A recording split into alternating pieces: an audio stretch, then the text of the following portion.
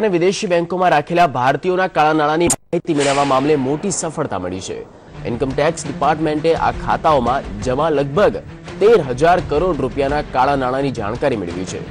વડાપ્રધાન નરેન્દ્ર મોદીએ રવિવારે મન કી બાતમાં લોકોને અઘોષિત આવકને લઈને કાર્યવાહી કરવાની વાત કરી હતી। આ પહેલા વર્ષ 2011માં ફ્રાન્સ સરકારને જીનેવાના HSBC બેંકમાં ભારતીયો તરફથી જમા કરાયેલી રકમની લગભગ 400 મામલાની જાણકારી આપી હતી।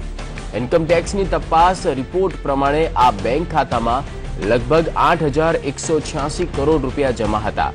કાળા નાણાં મુદ્દે સરકારને માહિતી મળી કે આ અત્યાર સુધીની સૌથી મોટી રકમ છે।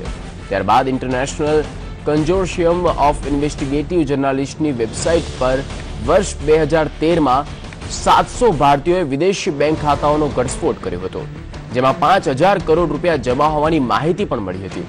એવી જ રીતે 2011 અને 2013માં મળેલી જાણકારીને જોડીએ તો ભારતીયોના કુલ 1100 ખાતામાં 13,000 કરોડ રૂપિયાના કાળું નાણું હોવાનું બહાર આવ્યું છે।